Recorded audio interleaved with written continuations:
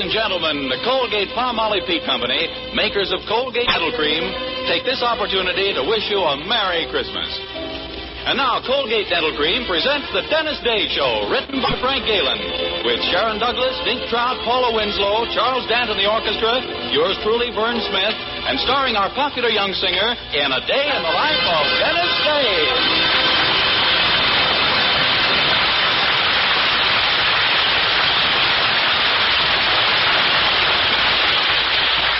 Here's Dennis to sing A Gal in Calico.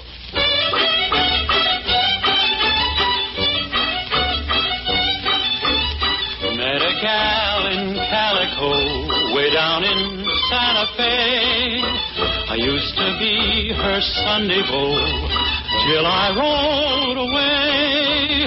Do I want her? Do I want her long? Yes, sirree. Will I win her? Will I win her long? Wait and see.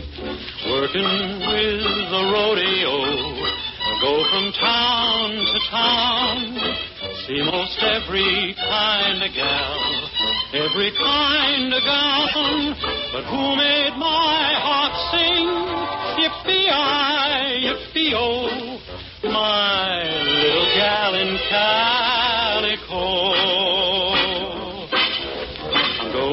Quit the rodeo, gonna settle down, buy a boat, a calico, for a wedding gown. Then will I fence her in?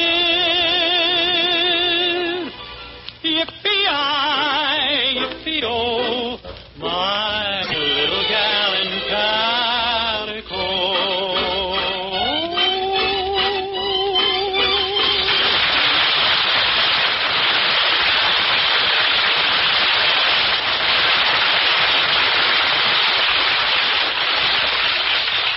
Most of you know our young hero, Dennis, very well by this time, but those of you who will be making his acquaintance for the first time on these Wednesday nights would probably like to know just what sort of person he is. Well, let's ask the folks who know him best. First, there's his landlady, Mrs. Anderson, who runs the boarding house in Weaverville where Dennis rooms. Mrs. Anderson, what's your honest opinion of Dennis Day? My opinion of Dennis Day is that he's a 22-year-old boy. Well, yes, of course, but what sort of 22-year-old boy? Well, I'm sorry, but that's as far as I'd care to go on. Well, it's a fact that Dennis has never managed to get into Mrs. Anderson's good graces. Now, Mr. Anderson, on the other hand, kind of likes him, although he's never come right out and admitted it. And just why haven't you, Mr. Anderson? Well, it all goes back to when I first married my dear wife. Or, as I like to call her, the big woman. Go on, Mr. Anderson. You see, when we were married, we made a pact, Poopsie and I. We decided we'd always think and act as one person. Of course, I didn't know then that the one person would turn out to be Poopsie. Oh, I see. Well, there's one member of the Anderson family who likes Dennis and makes no bones about it. That's their daughter, Mildred, our young hero's girlfriend. Right now, on this fine Christmas morning, she's carefully planted herself under the mistletoe in the Anderson living room as Dennis comes down for breakfast. Morning, Mildred. Merry Christmas. Merry Christmas, Dennis. Boy, I sure am hungry this morning. See you after breakfast, huh? Why, Dennis, wait. What's the matter? Well, don't you notice? I'm standing someplace. Well, that happens very often when you're not sitting down. I don't mean that silly. Now, look around carefully. Don't you see anything different? You're wearing a new dress? No, higher. You washed your face? Dennis, what's over my head? Here. I mean on the chandelier. Don't you see what's tied to it? A piece of mistletoe. Oh, I see now. Pretty, isn't it? Oh. Dennis, I'm standing right under it. Well, don't worry. A little thing like that couldn't hurt you if it did fall off. Didn't you ever hear of mistletoe, Dennis?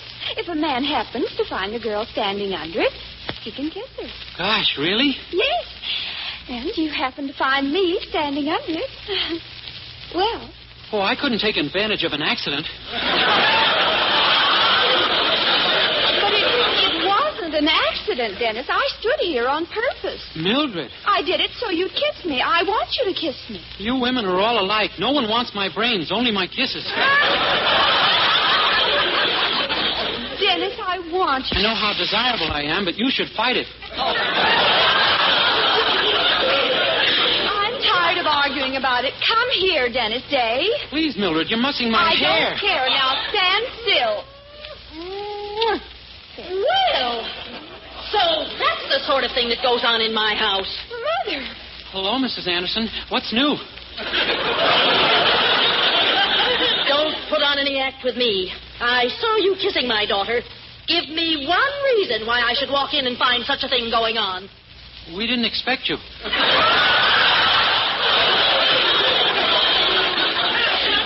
Well, it was all my fault, Mother. Really, it was. You see, it's Christmas, and there was mistletoe, and I was standing under it, and... Well, anyway, it was only a little peck on the cheek. That's true, Mrs. Anderson, and I promise it won't happen again until we've been married for years. Married, indeed. Young man, you've been nothing but trouble to me since you began boarding here. I suggest that you look for another place to live as soon as you can. But, Mrs. Anderson... That's my last word on the subject. Gee, now I'm in a fine mess. Golly, I'm sorry, Dennis. You wouldn't have gotten in trouble if only I hadn't insisted on kissing you. Oh, that's all right. As a matter of fact, I kind of like being kissed. Oh, did you, Dennis? Yeah, I see now why so many people speak so well of it. Oh, gee, I hope Mother doesn't really make you move. No, it wouldn't be much of a Christmas if she did. Oh, dear, I nearly forgot with so many things going on. What? There's a little present for you inside, underneath the tree. For me. Gosh, thanks, Mildred. I hope you won't be too disappointed, but I didn't have enough money to buy you an expensive present this year. Oh, well, that's all right, Dennis. I'll be every bit as happy with a present that costs practically nothing. I didn't have enough to buy you one of those either. Oh, well, don't feel badly. I understand. Next year I'll be able to give you something real nice to make up for it after my invention is put on the market. Your invention? Yeah, I haven't told you because I wanted it to be a surprise. You see, one day last week, Mrs. Courtney came into the drugstore to get something for a terrible headache. So I made up a wet pack out of some stuff I found, and she put it on her head. And it cured her headache? No, it made her headache worse, but it curled her hair. Oh, my goodness. I haven't told a soul yet, but I think I've invented a permanent wave solution. It should be worth millions. Oh, I should say so. Have you tried it on anyone besides Mrs. Courtney? No, but Mr. Willoughby's police dog sat in some the other day. And what happened? Well, the part that barks is still police dog, but the part that wags is pure French poodle.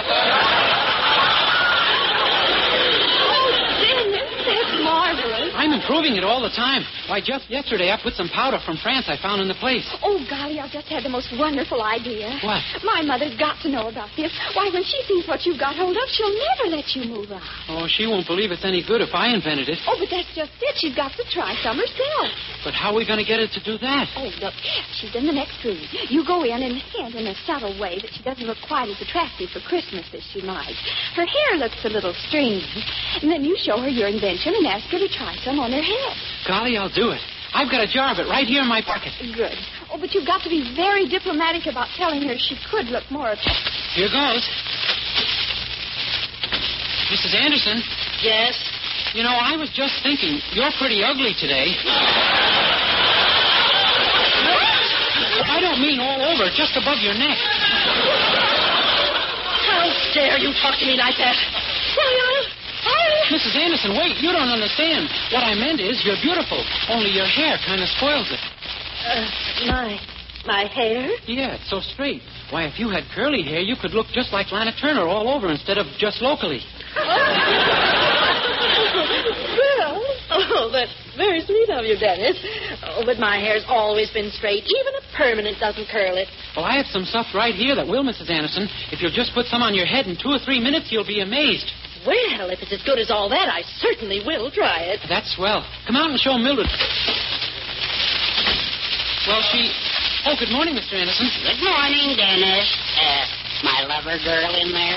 Yes, but don't go in, Mr. Anderson. You're going to get a surprise in a minute. I am? Yeah. How would you like it if your wife suddenly became Lana Turner? Outside of Lana Turner suddenly becoming my wife, I can't think of anything nicer. Well, you just wait. You really think you work, Dennis? Oh, sure. And with that French powder I put in yesterday to make it smell nice, she'll just love it. Well, what kind of French powder was it? Oh, I don't know. Only the name of the maker was on the box. Some fellow named Plaster of Paris. Plaster of Paris? Oh, Dennis, no. I did something? Did something? Oh, we're finished forever. Mildred, what do you mean? Yes, what are you two talking about? Well, how do I look? Well, my head feels awfully peculiar. Really, Mother? Yes. How do you like it, Herbert? Oh, very nice, Poopsie. That's the first sensible hat I've ever seen you wear. Hat? I'm not wearing a hat.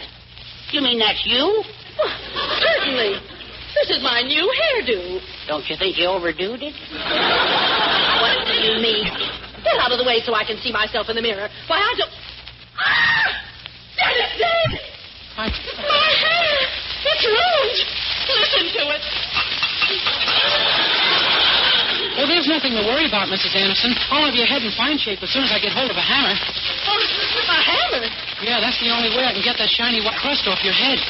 Fine thing. It was supposed to be Lana Turner and me. And now it's the egg and I.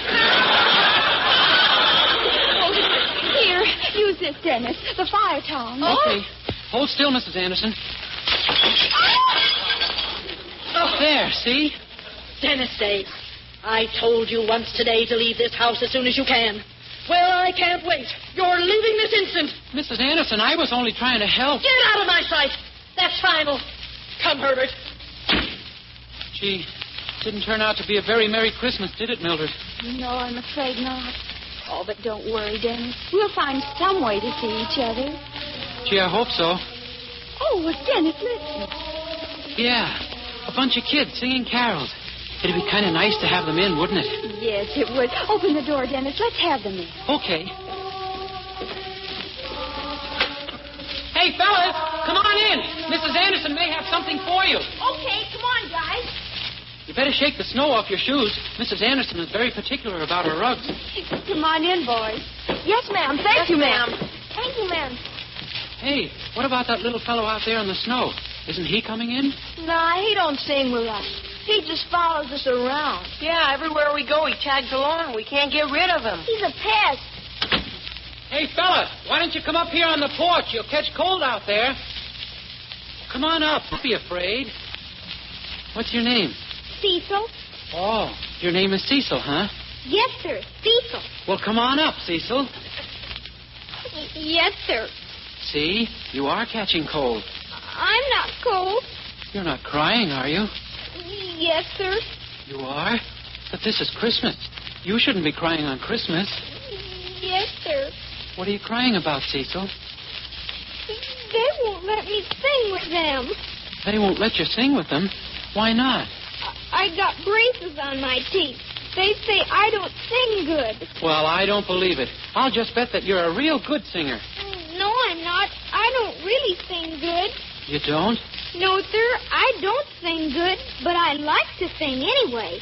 I like to sing more than anything in the whole world. Sure you do. And that's what makes singing really important. To want to sing from the bottom of your heart, whether you can really sing or not. It is? It certainly is. You know, once upon a time, there was a little boy just like you. Well, this little boy wanted to sing more than anything else in the whole world. Honest? Uh-huh. And one night he had a vision. And the vision told him never to stop singing, because someday he would sing for the king. What's a vision? A vision? Oh, a vision is something like a dream, I think. Well, this little boy... What was his name? His name? Oh, I don't know what his name was. You see, it was a very long time ago. How long ago? Oh, a long, long time ago. Did he sing over the radio? No, this was long before radios and phonographs and moving pictures. Before Jeff Benny? Yeah, even before that. Gosh. It was a long, long time ago, in a land far, far away. The little boy came from a very poor family. Though his father and mother worked hard, they could barely buy enough bread to eat. The boy had no shoes to wear, and his clothes were ragged and torn. But he didn't care, for he was happy. He had a song in his heart. Life is fair on a summer's day. Sweet the western wind is blowing. La, la, la, la, la, la, la.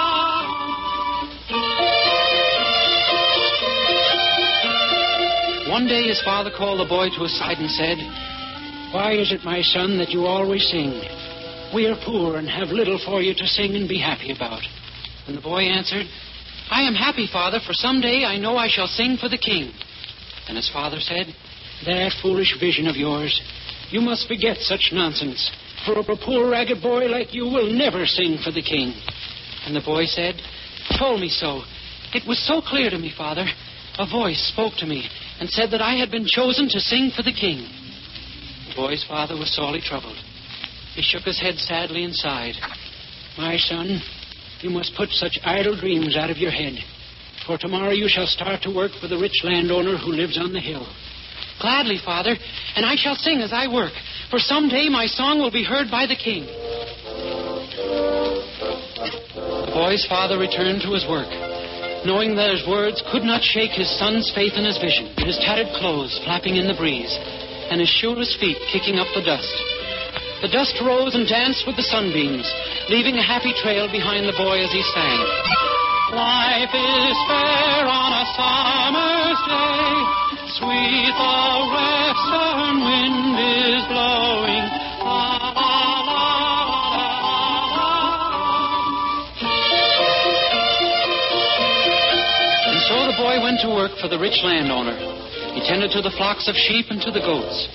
At dusk, when the boy would drive the flocks home from the meadows, the hooves of the animals would make a gentle sound on the road. And with this as music, the boy would sing.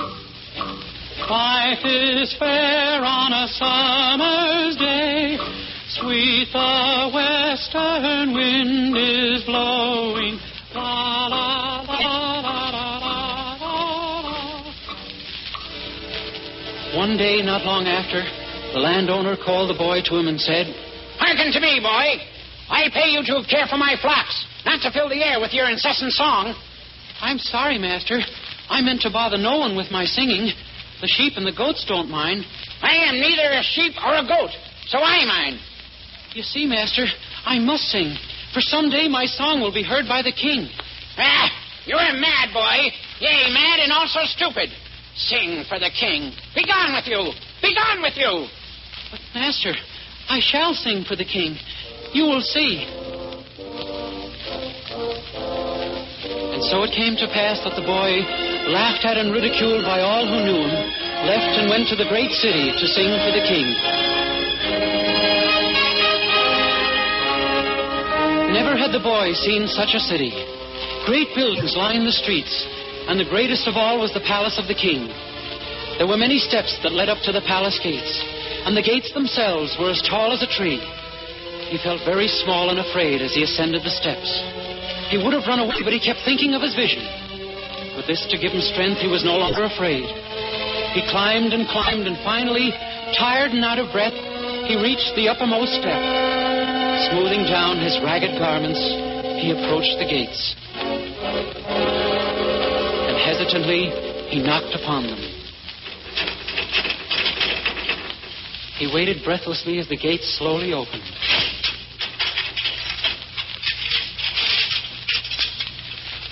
"Who knocks at the palace of the king?" The boy looked up at the tall guard and said, I did.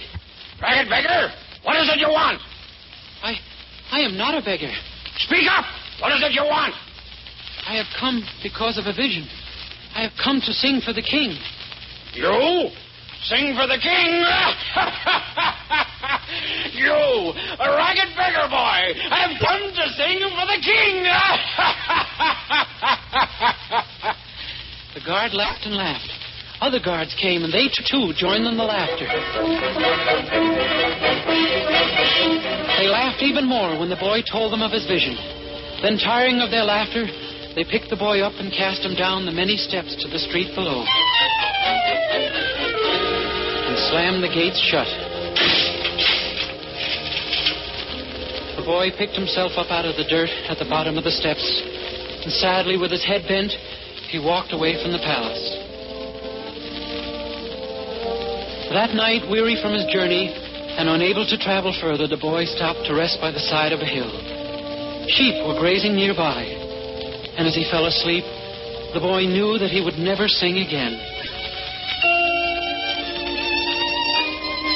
He was awakened that night by a strange light, a light that transformed everything about him, a light from a great star that shone above. There wasn't a sound. All was hushed.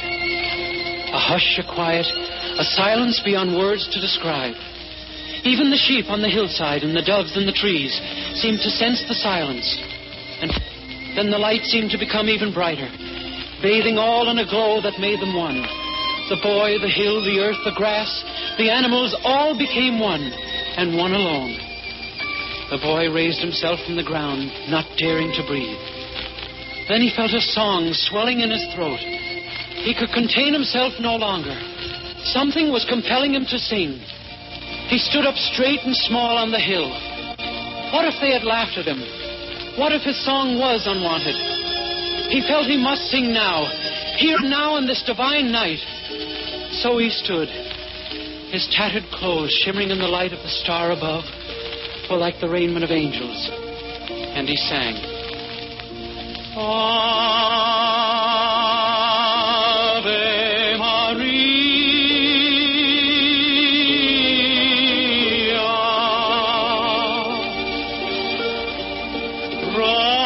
gratia plena, Maria, gratia plena,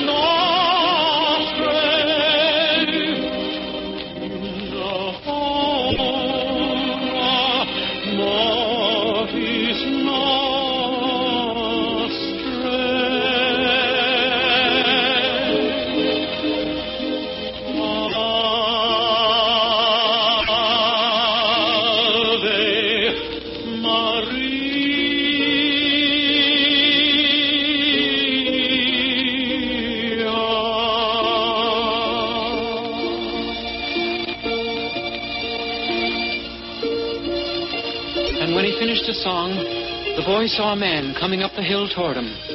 The man was a shepherd, and he carried a crooked staff. The boy said, "I thought I was alone here on the hill." And the shepherd said, "You will never be alone again, boy. No man will ever be alone again." And then the shepherd turned and pointed down the hill. And the boy looked and saw a small stable nestled below. And the shepherd, turning to the boy, said, "Tonight, my son, you sang for a king.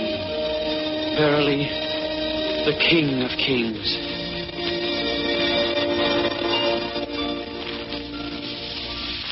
And so you see, Cecil, if your heart is full of song, you must sing. Oh, I didn't know you folks were listening. It was a lovely story, Dennis. It was beautiful, Dennis. Yes, it was. Yes, it was a very nice story. And I'm sorry I got so angry with you.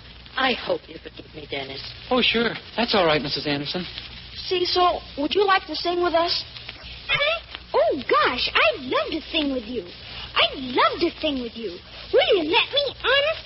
Will you let me sing with you? Sure. How about we all sing together?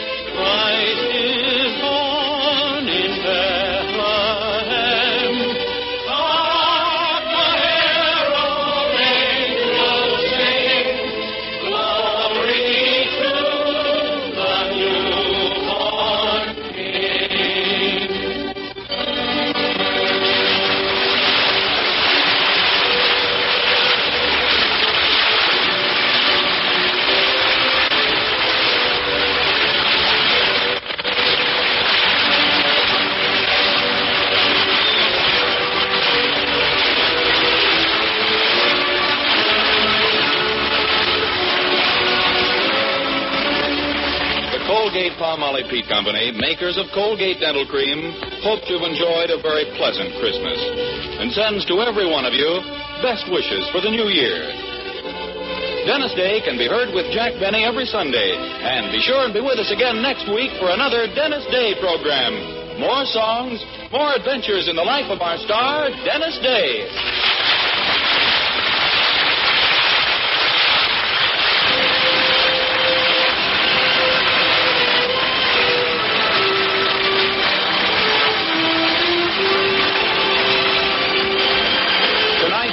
Christmas story, The Boy Who Sang for the King, was written by Frank Pashler. Bobby Driscoll, who played the part of Cecil, appeared through the courtesy of Walt Disney and can be seen in the Technicolor picture Song of the South. All the other parts in the Christmas story were played by Dennis, of course. The special musical background was by Charles Dant. This is Vern Smith speaking.